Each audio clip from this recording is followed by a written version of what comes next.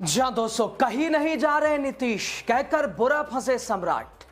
क्या सम्राट नहीं चाहते कि पटना से दिल्ली शिफ्ट हो नीतीश? खूब बरसी लालू की बेटी रोनी आचार्य, इधर सोच में डूबे तेज प्रताप यादव।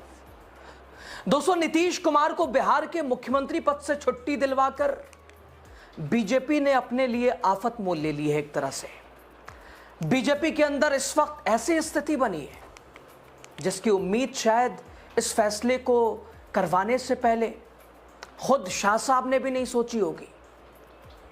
लेकिन इसके साथ ही एक नई चीज भी सामने आई है दोस्तों, बीजेपी की राजनीति के लिहाज से, जो कि ठीक बिल्कुल नहीं है।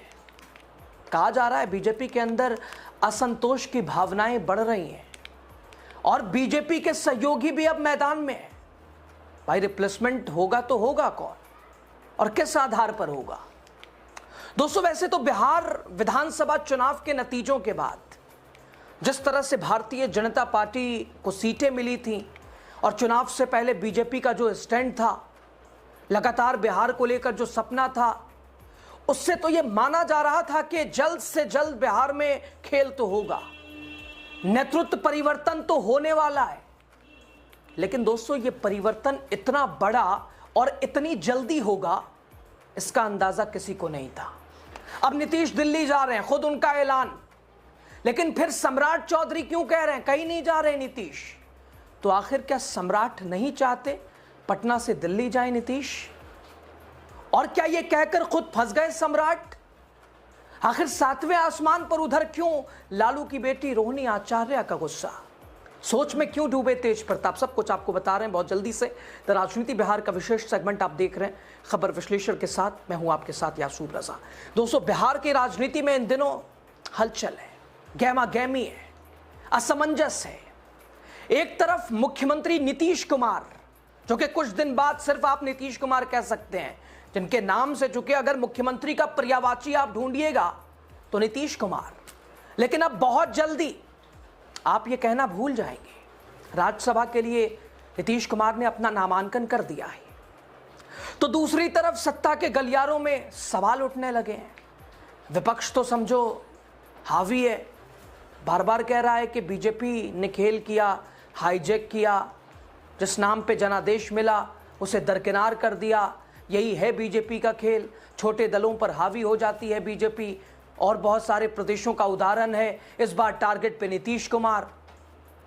दोस्तों इस बीच बिहार के डिप्टी सीएम सम्राट चौधरी बिहार के मुख्यमंत्री बनने का सपना जो कि देख रहे हैं, वो सपना पूरा होगा ना होगा इसके ऊपर भी सवाल है। लेकिन वही सम्राट चौधरी जो सपना देख रहे हैं, आखिर क्यों कह रहे हैं कि कहीं नहीं जाएंगे नीतीश? इधर आरजेडी प्रमुख लालू प्रसाद यादव की बेटी रोहिणी आचार्य ने भी नीतीश कुमार के ऊपर जमकर भड़ास निकाली है। उनकी यात्रा पर, इस यात्रा को लेकर भी बता दिया कि करना क्या चाहिए, अब आपको कर क्या रहे हैं आप। दोस्तों तो क्या बिहार में सत्ता का कोई बड़ा खेल चल रहा है? क्या बीजेपी पर्दे के पीछे कोई नई रणनीति बना रही है? आखिर सम्राट चौधरी क्यों उन्हें कहना पड़ा कि कहीं नहीं जा रहे नीतीश? दोस्तों बिहार की राजनीति में इन दिनों कई तरह की अटकलें लगाई जा रही हैं। मुख्यमंत्री नीतीश कुमार ने हाल ही में राज्यसभा के लिए नामांकन दाखिल कर दिया, अपनी कुर्सी छोड़ने का ऐलान कर दिया है। नामांकन के बाद ही राजनीतिक गलियारों में चर्चाएं हैं, क्या नीतीश कुमार अब बिहार के सक्रिय राजनीति से दूरी बना लेंगे या उन्हें दूर कर दिया गया है? ये फैसला उनका है या उन पर थोपा गया है, उन्हें मजबूर किया गया है?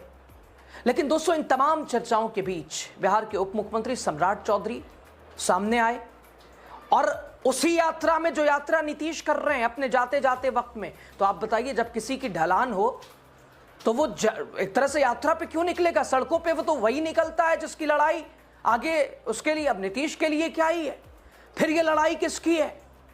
यानी इससे तो ये मानिए कि बीजेपी ने जो चाहा नीतीश ने फौरन ही करके बता दिया कि नहीं, दूर नहीं जाने वाले बिहार से। और उसी यात्रा में पहुंचे सम्राट चौधरी। दोस्तों दरअसल बिहार में सत्ता परिवर्तन की चर्चा के बीच मुख्यमंत्री नीतीश कुमार यात्रा पे एक बार फिर निकले हैं। 2 चरण की यात्रा मुख्यमंत्री की बजट सेशन से पहले पूरी कर ली है।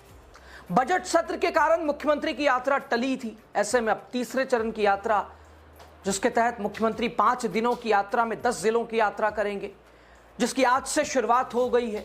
10 मार्च को सुपौल और मधेपुरा से, 11 मार्च को अररिया जाएंगे, किशनगंज 12 मार्च को, पूर्णिया और कटिहार 13 मार्च को, सहरसा, खगड़िया, यानी सीमांचल को लेकर भी अलग, जहां भी कुछ दिन पहले अमित शाह आए थे, यूटी को लेकर भी चर्चाएं चल रही हैं कि विशेष राज्य का दर्जा सीमांचल के कुछ जिलों को काटकर, बंगाल के कुछ जिलों को काटकर, और अमित शाह के आने के फौरन ही बाद 4 दिनों के लिए ऐसा देखा नहीं गया कि नीतीश कुमार कहीं स्टे भी कर रहे हों, और नीतीश कुमार संभवतः रहेंगे भी, रात का स्टे भी उनका सीमांचल में ही होगा। 4 दिनों की उनकी सीमांचल की विशेष यात्रा।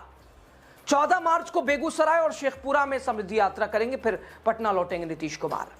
दोस्तों, इस दौरान समृद्धि यात्रा में जनता को संबोधित करते हुए, हालांकि नीतीश कुमार वाला भी काफी चर्चा में है, चर्चा उसी की ज्यादा, उसका भी जिक्र करेंगे अगले प्रोग्राम में, लेकिन सम्राट चौधरी ने भी कहा कि नीतीश कुमार ही बिहार को आगे ले जाएंगे, आगे का रास्ता।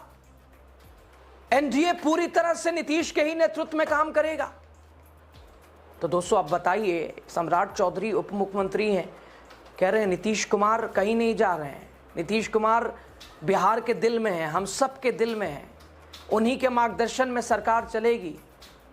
तो महानुभाव भेजा क्यों उनको 104 से 5 दिन में, 4 महीनों में 25 से 30 नारे को तो सही साबित कर देते। आखिर सिर्फ कहने के लिए कि उन्हीं का नेतृत्व, ये तो सिर्फ थ्योरिकल बात हो गई, सुनने के लिए अच्छी हो सकती है, खुश करने के लिए अच्छी हो सकती है, प्रैक्टिकली दूर दूर तक नहीं है।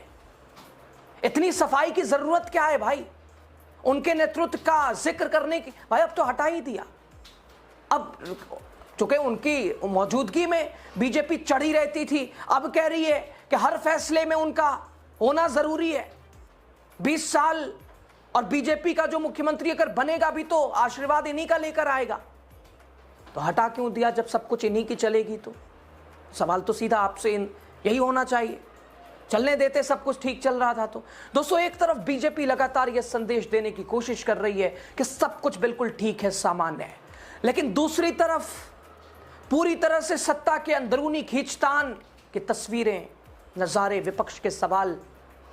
इधर समृद्धि यात्रा पर निकले नीतीश कुमार इन दिनों बिहार के अलग अलग जिलों का दौरा कर रहे हैं।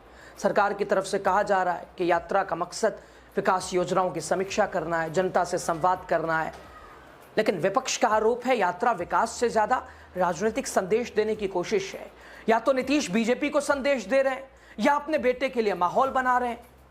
दोस्तों, आरजेडी नेता और सांसद, दोस्तों लालू प्रसाद यादव की बेटी रोनी आचार्य भी बिहार की राजनीति में बड़ी पैनी नजरें जमाई। हालांकि भले ही उनका योगदान अब राजनीति से खत्म हो गया है, परिवार से दूर है, लेकिन नजरें लगातार जमाई हुई है। यात्रा को लेकर बेहद तीखा सवाल और बयान सोशल मीडिया एक्स पर पोस्ट करते हुए रोनी आचार्य ने लिखा, समृद्धि यात्रा नहीं बल्कि विदाई यात्रा इसे कहा जाना चाहिए। रोनी आचार्य ने कहा, 20 साल तक मुख्यमंत्री रहने के बावजूद अगर बिहार समृद्ध नहीं हो पाया तो अब अचानक समृद्धि यात्रा निकालने का मकसद क्या है, मतलब क्या है? चाचा जी, आपको समृद्धि यात्रा निकालने का वक्त नहीं है, यह विदाई यात्रा का वक्त है। अगर ऐसा नहीं होता तो आप बीजेपी को जवाब दे सकते थे, क्यों जाएं, क्यों हटें? 43 पे जब मुख्यमंत्री बने रहे 5 साल, तो जब आपकी 84 सीट है, आपके पास ऑप्शन भी है, तो आखिर दरकिनार क्यों हो रहे हैं आप? वजह क्या है? कॉम्प्रोमाइज क्यों कर रहे हैं, सेक्रीफाइस क्यों कर रहे हैं?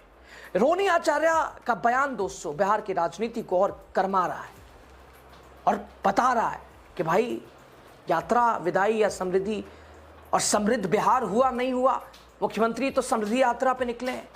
और दोस्तों, रोनी आचार्य के साथ तमाम विपक्ष के बड़े बड़े नेता, खुद तेजस्वी यादव लगातार हमलावर है। आमतौर पर सत्ता पक्ष के लोग भी इस घटनाक्रम को समझ नहीं पा रहे हैं, हुआ क्या? कुछ लोग कह रहे हैं बीजेपी है तो सब मुमकिन है, मोदी है तो मुमकिन है, कुछ भी हो सकता है। तो कुछ लोग यहां तक कह रहे हैं कि कथित तौर पर दादा अजीत पवार जैसा हाल बेहतर है, कॉम्प्रोमाइज कर लें, राज्यसभा चले जाए, यहां तक बात। दोस्तों, अब आप स्थिति को समझ सकते हैं। इधर दोस्तों, आरजेडी से बगावत कर अपना दल बना चुके लालू प्रसाद यादव के बड़े लाल तेज प्रताप यादव ने भी तंज कसा, कहा जनता ने बिहार में बदलाव के लिए वोट दिया था, बदलाव तो कहीं नजर नहीं आया, अब खुद ही बदल गए, खुद ही मुख्यमंत्री की कुर्सी छोड़ दी, बिहार का क्या होगा? आखिर चचा क्यों किया आपने ऐसा? बताइए ना। दोस्तों, राजनीतिक विश्लेषकों का मानना है बीजेपी और जेडीयू के बीच अंदर खाने सब कुछ उतना सहज है नहीं, उतना ठीक है नहीं जितना बताया जा रहा है, जितना दिखाया जा रहा है। और सम्राट चौधरी का भी बयान उसी संदर्भ का है। हालांकि कह के उन्हें खुद फंसा रहा है कि हटाया क्यों, दिल्ली भेजा क्यों। आप कह रहे हैं नेतृत्व उनका है, इधर नीतीश भी कह रहे हैं कि साहब हटा दिया तो हटेंगे थोड़ी ना। यात्रा बता रही है कि ना भी चाहो तो हम अड़े रहेंगे। और शायद उदाहरण उसका, वो विधानसभा स्पीकर पद, अपनी होम मिनिस्ट्री वापस मांग रहे हैं। अब मुख्यमंत्री तो दे दिया, लेकिन और तमाम चीज़ों पे कॉम्प्रोमाइज अब बीजेपी को करना पड़ेगा। दोस्तों, पिछले कुछ वर्षों में बिहार की राजनीति कई ऐसे मौके आए हैं जहां रिश्तों में खटास साफ दिखाई देती है, बताने की भी कोशिश होती है कि नहीं सब कुछ ठीक है, हालांकि कुछ दिन बाद समझ आता है। दोस्तों, भले ही नीतीश कुमार मुख्य चेहरा रहे हैं, लेकिन बीजेपी उन्हें जबरदस्ती जानबूझ के उन्हें हजम नहीं कर पाई है, ना चाहते हुए एक्सेप्ट करना पड़ा है मजबूरी के तहत। दोस्तों, बीजेपी के सामने नीतीश कारण है, वजह है। और अब तो उन्होंने अब जूनियर नीतीश भी छोड़ दिया है, अब उसका परिणाम क्या होगा वो भी देखना होगा।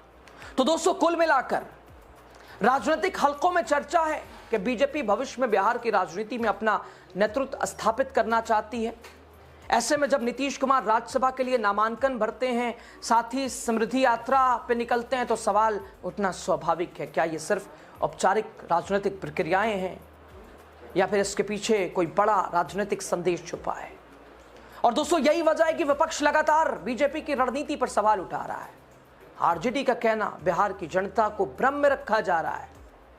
आरजेडी का आरोप कि बीजेपी बिहार में धीरे धीरे सत्ता पर पूरी तरह से पकड़ बनाना चाहती है। और दोस्तों, वहीं दूसरी तरफ बीजेपी नेता बार बार कह रहे हैं एनडीए पूरी तरह एकजुट है।